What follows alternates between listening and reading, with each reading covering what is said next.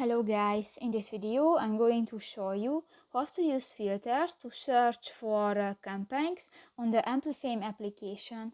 But first of all, I just want to mention, please don't forget to subscribe to our channel, because at 100,000 subscribers we are going to show you our YouTube revenue statistics and growth strategy, how to make money online.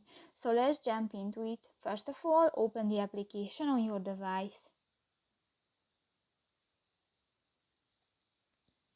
This will take a 5 minutes, and you click to the campaigns option next to the dashboard button at the bottom of the screen, and click to the filter button at the upper right corner of the screen.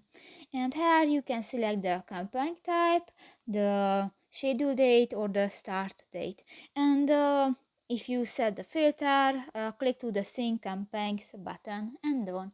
So that's pretty much it for this video, guys. See you in the next one. Bye bye.